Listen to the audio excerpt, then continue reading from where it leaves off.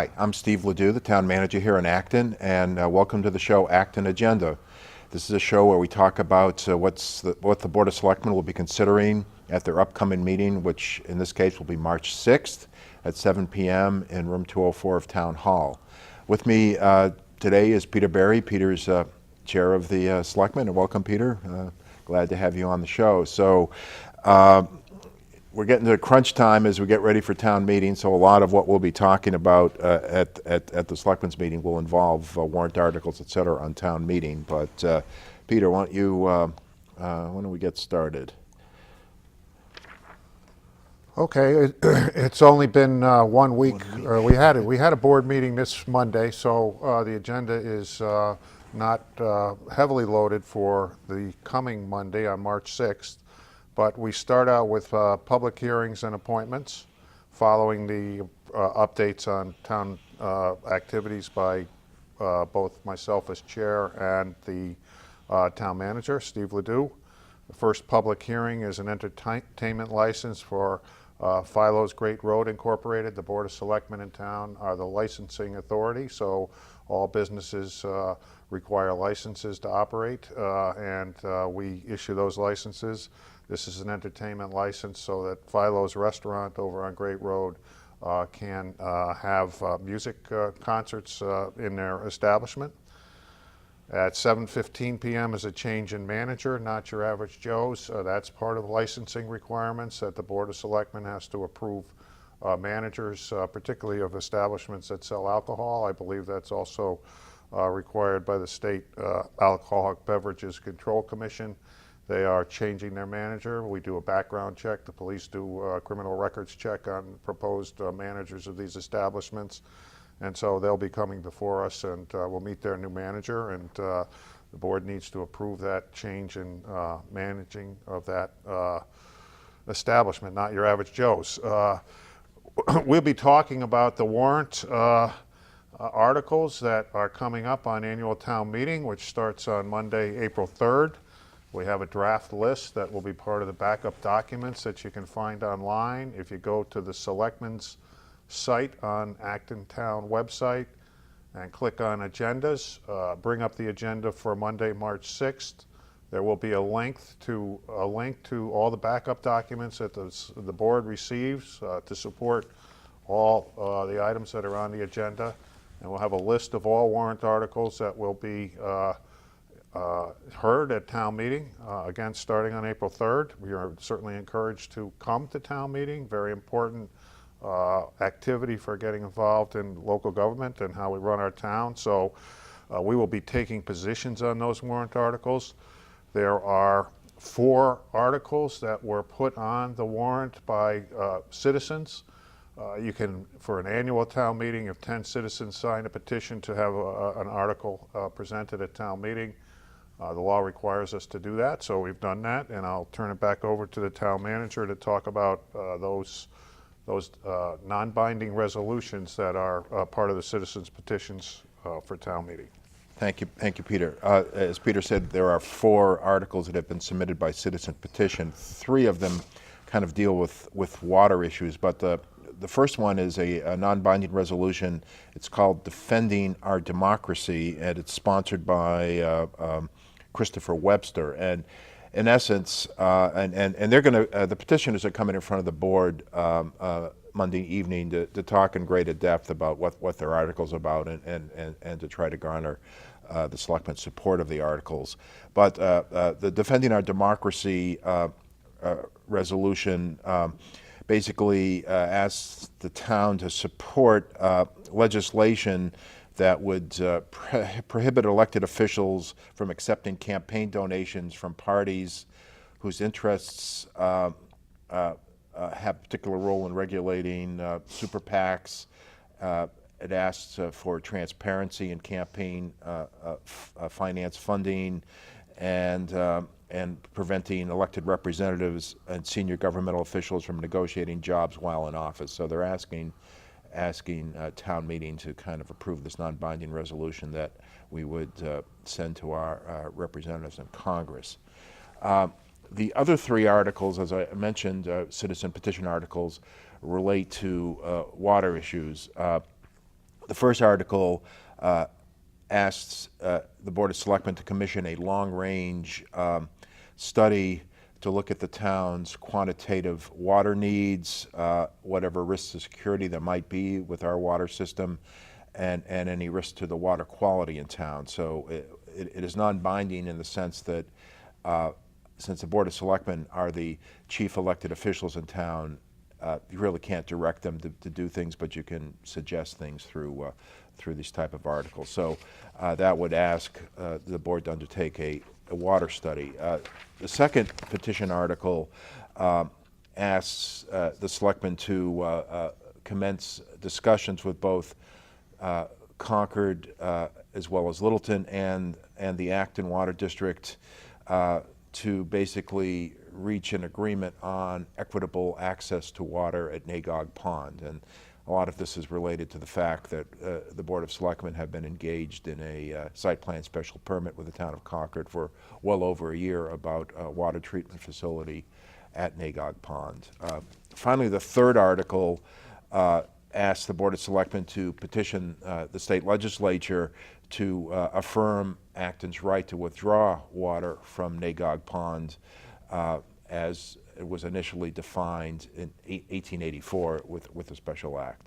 So those, in essence, are the four citizen petition articles that will be in front of the board. And as I've mentioned, all the petitioners will be in front of the board to kind of explain these articles in a little more detail than I just did.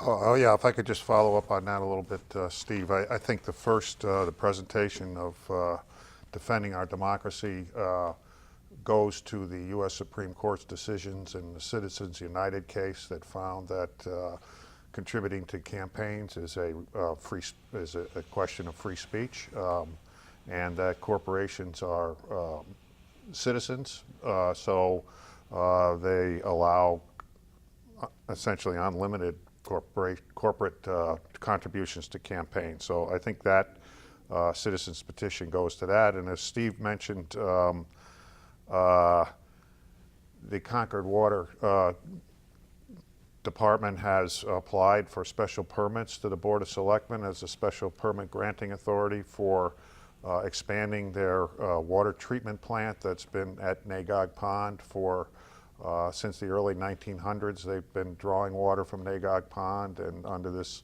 legislation that Steve mentioned from 1884 allows Concord to draw water from Nagog Pond to provide drinking water to their citizens. And they've been doing that since the early 1900s. They've been operating under a waiver to the state regulations on surface water treatment. Their plant is outdated and does not treat that surface water to the standards that are required under the Clean Water Act. So they're upgrading their plant so that they can meet those standards, or they've applied for special permits to do that. Hearings opened in January 2015, as Steve mentioned. They went on for a year. Many residents in town showed up and expressed their opinions about these designs and proposals to rebuild that plant to a much larger facility, and the impact on Acton's water, which, if you don't know, Acton draws its water from subsurface wells and not from surface water. So the questions were, does Nagog Pond drawing more water from Nagog Pond than Concord currently does, will that somehow adversely affect Acton's subsurface water wells? And I think these petitions are intended to go to that question. And again, those petitioners will be there Monday night to explain to the selectmen what's the purpose of these articles are. And the selectmen on Monday night will be voting on each warrant article. We have to recommend or not recommend warrant articles to town meeting. That includes these citizens petitions. So we will be voting on all the articles Monday night about whether we're going to recommend the town meeting vote to support those articles or not. Finally, we've got a draft reserve policy to consider on Monday night. The Acton Leadership Group, which has representatives of the FinCom, the school committee, and the Board of Selectmen, meets throughout the year to try to get consensus on a budget going forward for fiscal year 18 that town meeting will be voting on. And a lot of discussion this year around at the ALG meetings has been around the use of reserves. Acton has what I would call a systemic deficit in its yearly budgets. And we've been plugging those deficits by drawing from the reserves that the town has built up over many years. We've looked at analysis about how those reserves have been built up, and every year there is either, because of the way the town's required to budget, for instance, for excise taxes for automobiles, those were down for many years since the 2008 crash in the stock market and the economy because people weren't buying new cars. So those excise taxes were down. The state requires us to budget based on last year's revenues from those excise taxes, but people have now been starting to buy new cars. So those are increases. So from the difference between what we budget and what we actually bring in on certain accounts like that, if there's an excess, that goes into the town's reserves. So we've done a lot of study of those and looked at past instances where the reserves have been built up and what's the best policy for drawing down those reserves. We have a lot of capital needs that the town will have to be addressing in the next few years. They've been put off for too long. Schools have plans to rebuild their grammar schools particularly. They also have capital needs to repair many of their facilities. Those will be coming before town meeting in the next few years to fund, ask town meeting members to fund rebuilding schools. The town's fire stations are antiquated and not adequate. They need to be rebuilt. So there are committees that are studying all this. Minuteman School Committee is building the technical school district is building a new school that the town will be required to help fund. Our portion of the number of towns that are in the Minuteman School District. So we have a lot of capital needs that'll be coming up.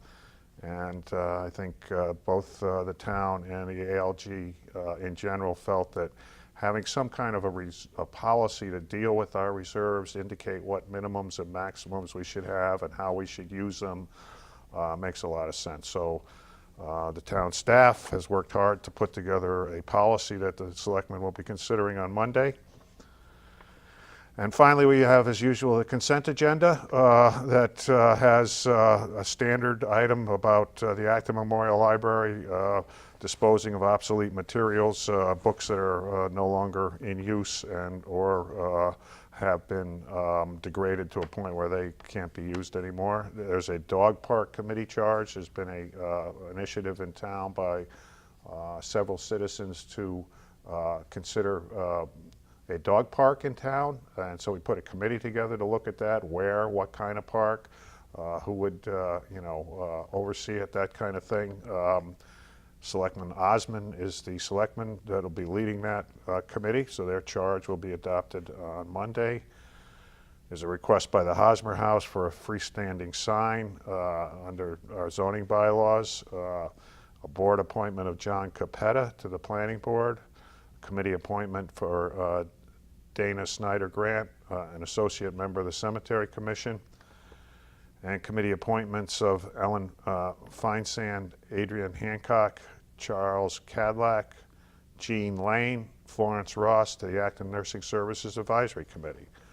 So we also have selectmen's reports that are included online of meetings that the various selectmen have attended. So I believe that covers the warrant. Okay, well, thank you, Peter. I just wanted to make everybody aware, is because we did talk a little about the Concord site plan special permit, that the selectmen will be having a special meeting on March 14th, hopefully to finalize the site plan special permit issue with Concord. The board closed the hearing for public comments on on January 18th. So we have the board has 90 days to issue a decision, and with town meeting coming up, et cetera, we're going to try to get that finished on March 14th, which is a Tuesday night, a little different than what our normal meeting date is. So I want to thank Peter for being on the show. Thank you for watching. Once again, this has been the Acton Agenda, when we've been talking about the upcoming Selectmen's meeting on March 6th at 7 p.m. in room 204 at Town Hall. Thank you for watching.